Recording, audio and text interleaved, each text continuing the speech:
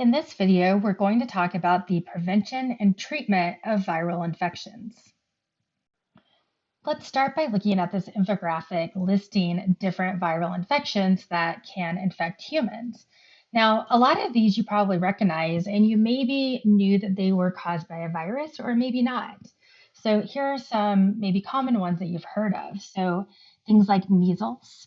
This is one that most children in developed countries are vaccinated against. Things like rabies, which you probably, if you have a pet, you probably get a rabies vaccine for your pet.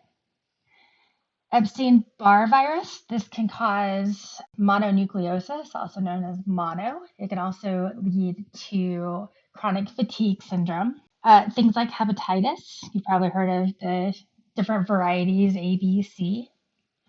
Varicella zoster, this is the virus that causes chickenpox and can later cause shingles.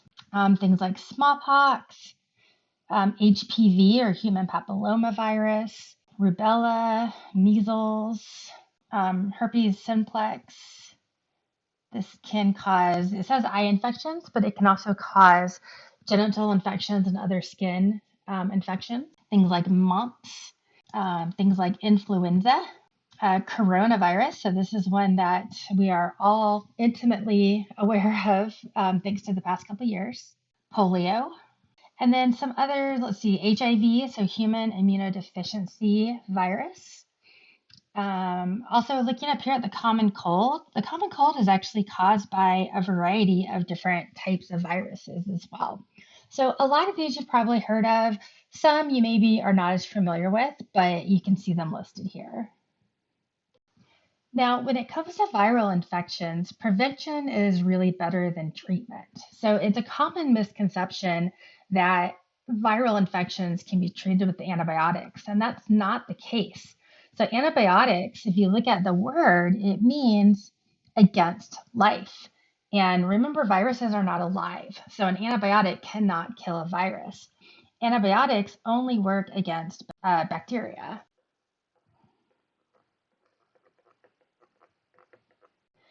Now, there are some antiviral medications that exist, but they are generally not as effective as antibiotics are against bacterial infections.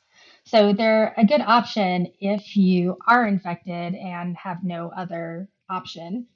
But they do have limited efficacy. So it helps to reduce viral replication, but it doesn't actually kill the virus itself, and it may not eliminate the virus from the body. So a lot of antivirals are actually aimed at just suppressing the viral activity and not actually curing the body from the virus. Antivirals are also not available for all viruses. So there are some viruses that an antiviral just doesn't exist, and so there is no option. Another problem is that a lot of viruses can mutate rapidly, and these rapidly mutating viruses can develop resistance to these antiviral medications. This was specifically a major problem with HIV antivirals when they first came on the market. We have much better medical knowledge and a better understanding of how this resistance works. And so now there are these kind of combination antivirals that are aimed at trying to prevent this resistance from happening. But early on in the development of treatment for HIV, the antivirals would only work for so long before the virus would develop resistance. So in addition to the HIV antivirals that we just discussed, some other examples of antiviral medications include Paxlovid. This is a relatively new one that was developed to treat COVID-19. Now remember, we're not talking about a cure. We're just talking about a way to reduce the activity of the virus to hopefully keep a person from getting too sick and allow the person's immune system to ultimately clear the virus from the body. Tamiflu is another antiviral that can be used to lessen the symptoms of influenza or the flu. There are also some herpes antivirals. So for people that have problems with things like genital sores or genital warts, there are antiviral medications that can help to suppress the viral load in order to decrease the symptoms. But once again, it's not a cure. The herpes virus is still present and it can still be passed on to a partner. So when it comes to viruses, remember that prevention is a much better option than trying to treat it. So the goal is to prevent having the virus take effect in the host. Now, the way that a vaccine works is it actually activates the host's immune system without causing significant illness. Now, some vaccines might cause some side effects, and that's because the vaccine is triggering the immune system. And remember, the immune system is what is causing the symptoms of a virus or a viral infection to occur. So, for example, sometimes when people get the flu vaccine or the COVID-19 vaccine and they get sick maybe for a couple of days afterwards and they say, oh, I got the flu vaccine and I got the flu from it, or I got the COVID vaccine and I got COVID from the vaccine. And that's not the case. The immune system is being activated, but the vaccine did not give you that viral infection. It just gave you some kind of mild symptoms, which indicates that it's working. If someone actually does get the flu, for example, after getting a flu vaccine, it's probably because the person was exposed to the flu before they got the vaccine and they basically got the vaccine too late. The infection was already in the body and had already started to replicate. But oftentimes viruses, the symptoms maybe don't kick in for a couple of days. So they didn't realize they had the flu. They got the vaccine and then they got sick, thinking that the vaccine caused them to get the flu. So, the way a vaccine works is it triggers the body into thinking that it has been infected by a virus, even though it has not actually been infected by the virus. But in doing so, it activates the immune system.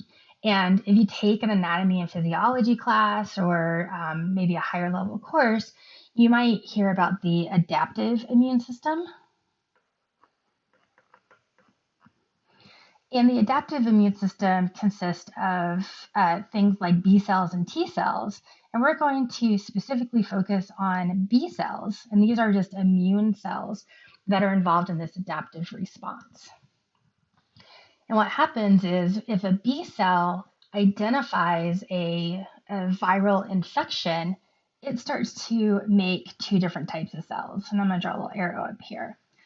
So these B cells are going to, some of them are converted into what we call plasma cells.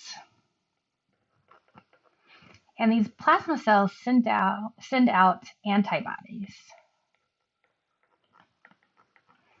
And these antibodies are what are going to attack the virus or the cells infected by the virus. And it's these antibodies that ultimately neutralize the virus and remove it from the body. Now, these B cells are also going to make memory cells.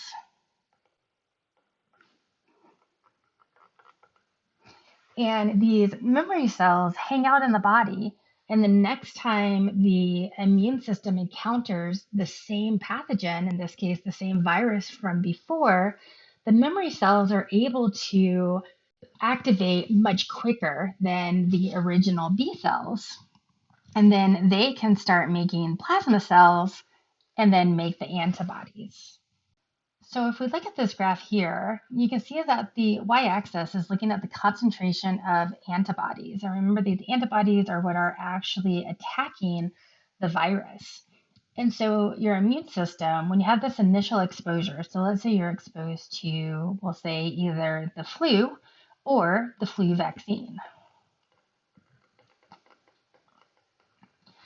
So once you're exposed to either the virus or the vaccine, the primary immune response happens. And this is when those B cells are forming the plasma cells and the memory cells. And then the plasma cells are making those antibodies. Now, if it's actually the flu, during this period of time, you are going to have symptoms. You're going to get sick from the flu. If it's the flu vaccine, it is initiating this primary immune response, but without symptoms occurring. So the vaccine, you're getting this benefit of making these memory cells without actually having to get sick from the initial exposure. Now, the second time that your body encounters the same pathogen, the secondary immune response happens much quicker. And remember, that's because the memory cells are ready to go. They don't have to go through that initial kind of differentiation from the B cells. And so they can immediately make plasma cells that make the antibodies. And because this response is so much faster, typically symptoms are not experienced. So this is kind of one example of, let's say that you live in a household with another person and the other person gets the flu and you catch the flu from them and you get sick. And then you maybe a couple weeks later you get sick again, and you might say, "Oh, like I just had the flu, but my roommate now has it, and then my roommate gave it back to me." Well, what happened was you were actually exposed to a different virus the second time, because you don't actually catch the same virus twice. You can still catch the flu again, but it's going to be a different mutated version of the flu. So if you get the flu twice in one season, you are likely getting exposed to two different genetic variants of the flu. The same thing with COVID-19, or the coronavirus that causes COVID-19. If you get COVID-19 and then you get it again, you're not actually getting the same strain, you're getting a new mutated version of that virus. This is also why vaccines are not always 100% effective. They are a better option than waiting to get a virus and then trying to treat it with antivirals, but vaccines do not have a 100% success rate, especially with the flu vaccine, for example. The flu vaccine is kind of a guess. The scientists making the flu vaccine are trying to guess which variants of the flu are going to be active in the coming season. And if they put those variants in the vaccine. And if they get it wrong, then it means that you might be exposed to a variant that you don't have protection against. But 60% protection is probably better than 0% protection. And over time, the more times you get the flu vaccine, the more strains you will be vaccinated against. Now, there are different types of vaccines that are available, and different vaccines might work better for different viruses. So, first, let's talk about this attenuated or live vaccine. So, these live vaccines do have the virus in them, but the virus is weakened. So, it's a weakened form of the virus. Now, these are actually the most effective types of vaccines, but there is a small risk of someone actually getting a viral infection from the vaccine. So I don't think that these are really that common anymore. Another type of vaccine is where they take a virus that has been killed. So parts of the virus are still present, or they might even take just parts of the virus and put it into the vaccine and then inject it or give it to the person orally. The more kind of recent ones that you've heard a lot about in the news are these mRNA vaccines. And these are newer vaccines that are being used to prevent COVID-19. Now, in all these cases, the end result or the end goal is the same. The goal is to make those antibodies. So remember that viruses have some DNA or RNA, and they have a capsid. And some of them have an envelope, some don't. It just kind of depends. But all of them have these little proteins sticking out of them, either sticking out of the envelope or sticking out of the capsid itself. And these are called antigens. Now, antigens are primarily made up of proteins, but they might also have some carbohydrate or lipid molecular components to them as well. And an antigen, if we look at the word antigen and break it down, it actually means antibody generating.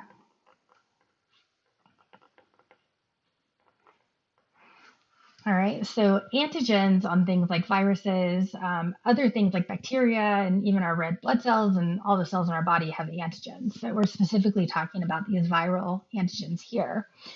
And these antigens have the ability to basically trigger the immune system to make these antibodies. Now, these antibodies are going to essentially be complementary to the antigens. So these antibodies are going to fit with the antigens kind of like a lock and key. And antibodies have multiple binding sites to them. So each antibody can bind to, two or maybe even more antigens. So this antibody here could then connect to another viral particle here. And in doing so, this ultimately causes clumping. And this clumping is how the antigens are essentially disabling the virus. So it's blocking the antigens. Remember that in order for a virus to infect a cell, the proteins have to be able to bind to receptors. But if these antigens are currently bound to an antibody, now they can't bind to the receptor on the host cell. It also causes them to clump up, which allows other cells in the immune system to come along and identify them and start breaking them down. So in all of these vaccine types, the goal is to expose the immune system to these antigens. So let's talk about how each one of these does that. So with attenuated or live vaccines, you are essentially injecting the virus with its antigens into a person. And I say injecting, some vaccines can actually be given in different ways, like orally or kind of on the skin, but a lot of them require injection. And so you're taking this virus that is weakened. So remember, it's weakened, so it may or may not be able to make you sick. But regardless, it is going to trigger the host cell's immune system to make those antibodies. And those antibodies are going to start neutralizing those viruses. And remember, the B cells are making memory cells so that the next time you are exposed to the same virus, your immune system is going to be able to make these antibodies much quicker in order to ward off a serious infection or illness.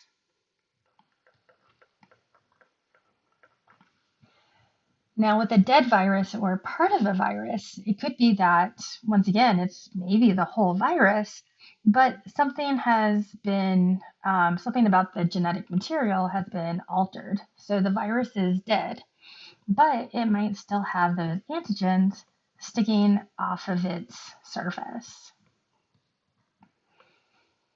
So once again, the antigens are present, which means that the immune system is going to make those plasma cells. So the B cells are going to make the plasma cells, which makes the antibodies. And the B cells are also making memory cells. So the next time you're exposed to that same virus, the memory cells are going to differentiate into the plasma cells much quicker and make the antibodies quicker so that you don't get sick. Now with these molecular subunit vaccines, so we'll focus on the mRNA one. And that's because the mRNA vaccine has been developed most recently to treat COVID-19. So if you recall, in cells, typically DNA is transcribed to make mRNA, and mRNA is translated to make a protein. So by injecting mRNA, what happens is that the host cell's ribosomes pick up that mRNA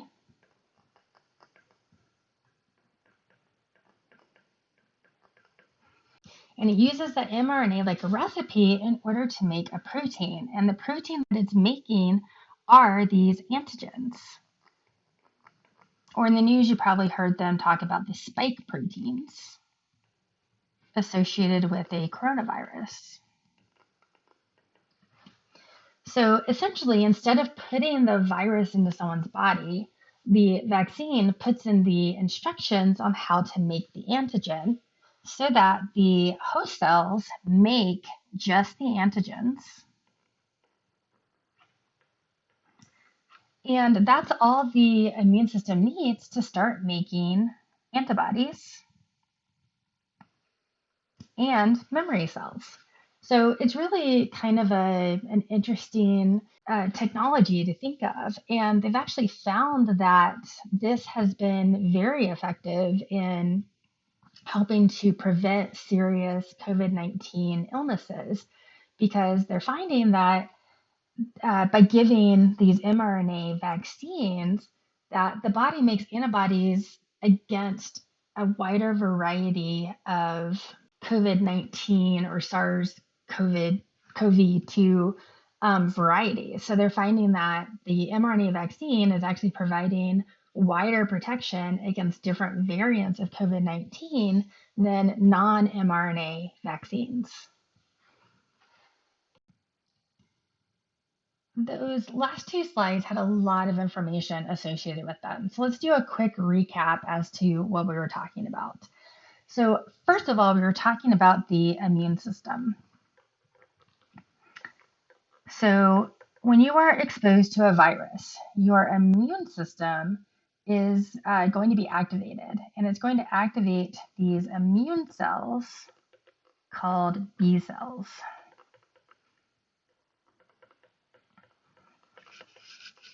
And these B cells can be activated by either the virus itself or the vaccine. Once they are activated, the B cells are going to differentiate into two different types of cells. One type is called a plasma cell. And these are the cells that are going to make antibodies. The other type of cell is a memory cell. And this memory cell is going to hang out in the body. And then if there is a second exposure to the same virus, those memory cells are going to be able to then quickly differentiate into plasma cells to make antibodies faster than it would have if it was the initial exposure to the virus. So the benefit of getting a vaccine is that you make these memory cells without having symptoms. Or if you do have symptoms, they are mild. You can also get these memory cells by getting infected with the virus, but the problem is you might get sick. So you might get the symptoms, and if they're severe enough, you might die from it.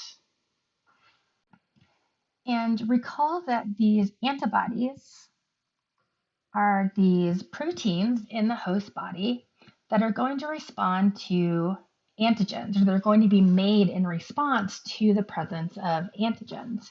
So if you have your virus or your vaccine, because remember the vaccine can kind of mimic the virus, this virus is going to have these antigens, these proteins sticking out. So this is an antigen. If we're talking about something like coronavirus, they were calling these in the news a lot, they called them the spike proteins. And so remember, these antibodies can come over and they can bind to those antigens, And by binding to the antigens, they prevent the virus from docking with the receptor of a host cell. So that virus has been neutralized and that it can no longer infect a host cell. It also causes the viruses to kind of clump up together. And during that clumping, it can help to, once again, limit the viral movement around the host organism's body. It also helps to kind of tag these viruses for destruction by other cells in the immune system. So once again, the benefit of getting a vaccine versus actually being exposed to the virus is that you get these benefits of these memory cells and this quicker response with antibodies without actually getting sick or without getting sick enough to hopefully not die. Also recall that vaccines can come in different varieties. We have the live vaccine, which we call it a live, but it's really a weakened live virus.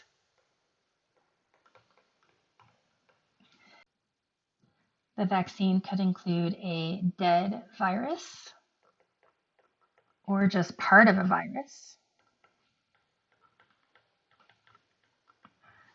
Or it can include the molecular components needed for the host cell to make the antigen and still trigger the immune response without actually having to inject the virus itself into the host organism.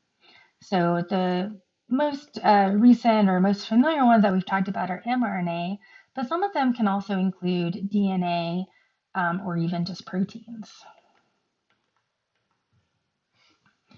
And the ultimate goal, regardless of the type of vaccine, is it is exposing these antigens to the immune system to trigger the development of these memory cells.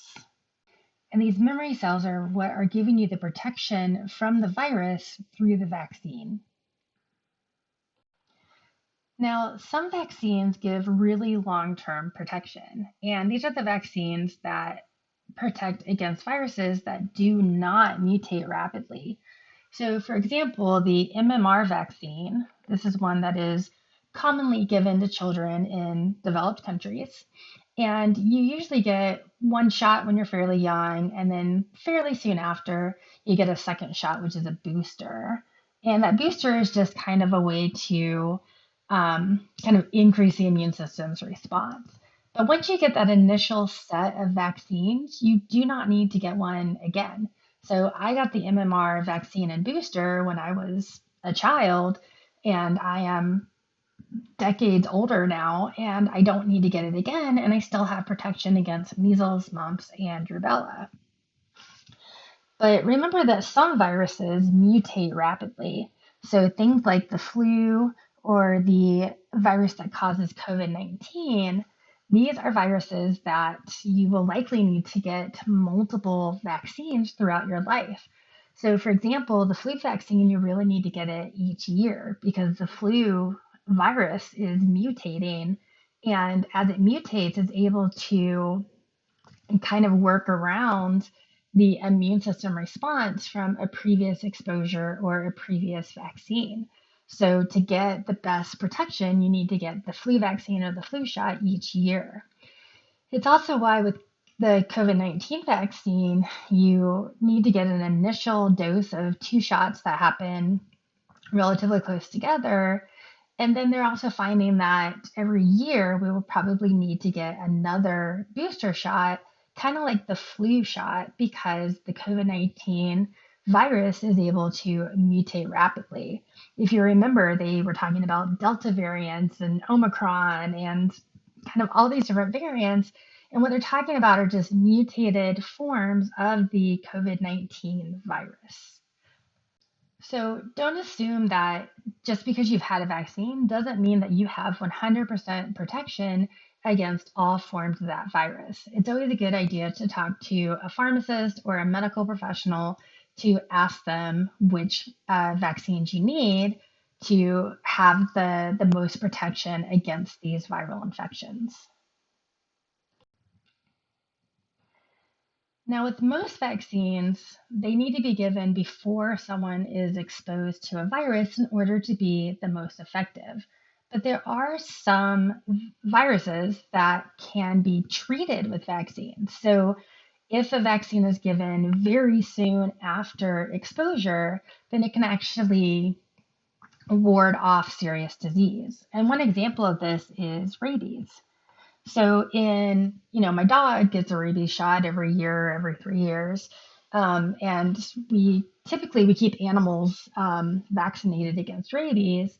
And that's because we don't necessarily know where that animal is going. I mean, my dog picks up random stuff in the yard and chases after rabbits and geese and stuff like that. So she's much more likely to make maybe bad decisions that would expose her to rabies. Whereas I, as a person, am not going to go grab a squirrel. Now, I do have a background as a wildlife biologist. So there have been times where I could be potentially exposed to, let's say, a squirrel bite without meaning to.